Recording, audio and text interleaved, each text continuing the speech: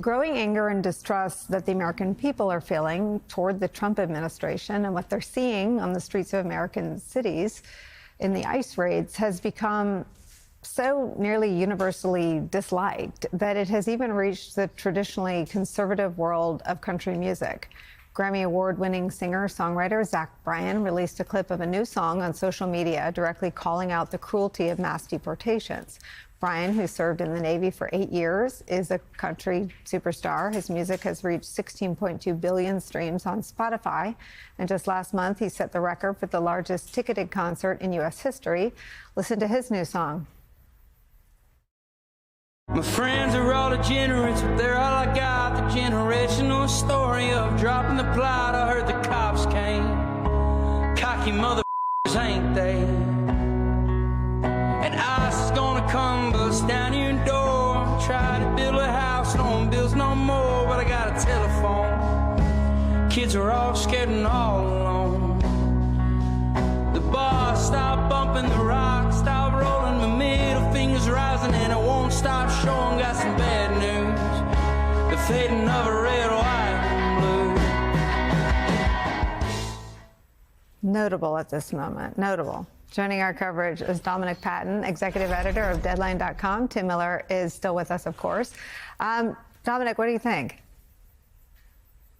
Well, I think this is Zach doing exactly what he does well. I mean, in a way that he releases his songs, this is pretty much a 21st century way of doing it, putting up snippets on Instagram. And it's also within brand for him. Yes, it's very unlike what we see in the conservative world of contemporary country music. But Zach was someone who back in 2022 came out against people going after trans and saying we should respect all people's rights. He's made a lot of comments about things like that over the years. And also remember, country and Western music has a very strong tradition of outlaws on the best sense of the word. Willie Nelson, God bless him, American legend. If America was to have a king, it probably would be Willie Nelson, with Dolly Parton as our queen. And people like the late, great Chris Christopherson. So in many ways, this is within the realms of country music. But I think it also hits a little harder because this is something that the MAGA world are very sensitive about. You know, we've seen some country superstars, no one as big as Zach, I might add, kick back against him. We've also seen the administration kick back against him, basically using the same thing they've used against sports figures who've spoken out against politics. When they say, just stick to dribbling or hoops, they've said, just stick to Pink Skies, his song about people getting together and hanging out. You know, don't get into the political stuff. And that usually means they're feeling a pinch. Brad Paisley has publicly backed the war in Ukraine, vaccines. You have other country music artists using their platforms. And I guess it's news because in this moment where there can be a sense of despair or overwhelm that MAGA is tightening its grip, and we all had that conversation together when Disney took Kimmel off the air after a mean comment from Brad Carr on a podcast, it is notable. And I just wonder, Dominic, if it is too much to say that critics are feeling more confident or more emboldened, or this is an act of courage, or is it what you're talking about, simply sort of consistent with his own brand and his own relationship with his fans?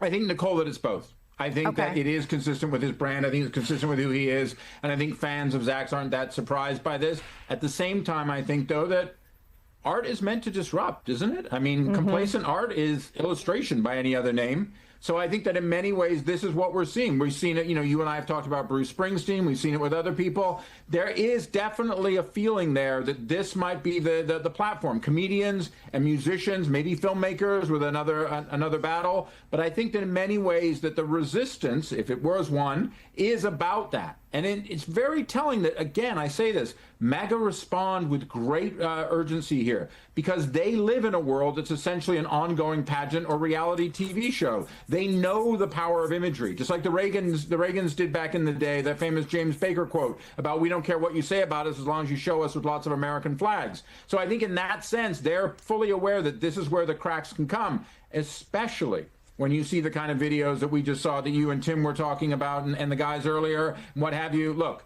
all I know is in America, there's a long history of people wearing masks, but they also wear white hoods to go with them. So you make the connections. Tim Miller, I think this is so important because the sort of the history of pushing back, when it works, it's always interconnected with culture. And there's actually, I can't find any example of the resistance or the opposition or the comeback that has succeeded without being tied into culture and moving people not just through politicians and campaigns and elections, but through culture. And I thought your conversation, well, let me play it. This is your interview with Barstool host Kevin Clancy. I thought this was really notable as well.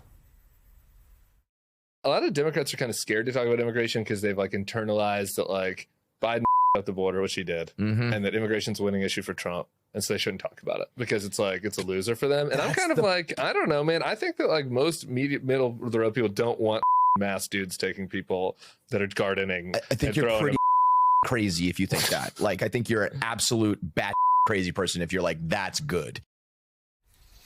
So if he's lost country music and he's lost Barstool, why isn't there more sense of we're on the offense on the other side? And why isn't it reflected sort of in the body language of Democrats? Yeah. Sorry for all the bleeps in that No, interview. I love it. I love it. I love the whole thing. And I don't know if you know? I don't know. I don't think I have it, but I love when he says everyone at Barstool is a liberal, and you're like, what? So I'm asking about that too. But this was interesting. Like nobody's for this, and if you think they are, you're bat bleep crazy. Yeah, I think that's right. I mean, some people are for it. Obviously, it's a big country, but just huge swaths of the country are not for this type of immigration. Maybe they should have seen the mass deportation now signs and known this was coming and not voted for Trump. I get it. I understand the frustration Democrats have, but it is extremely unpopular. And I do think the Democrats need to get a stiff in their spine on this and talk about this issue. And I think it's really notable that Zach Bryan, as a country music singer, made the protest song about ICE. It could have been about anything, right? But he made it about immigration. And Zach Bryan is, I just don't want to pretend like I'm a big fan of him. I'm not. He's a mainstream country singer. My friends went to his show in football stadiums, right? So it's not like he's a niche kind of liberal indie country artist. Like he's singing in massive football stadiums. And this is what he wanted to talk about. And so if he feels comfortable doing that, there are obviously Trump voters in those stadiums, then Democrats should feel very comfortable talking about it too. And I think it's a really important issue, and it's a way people can to win people over.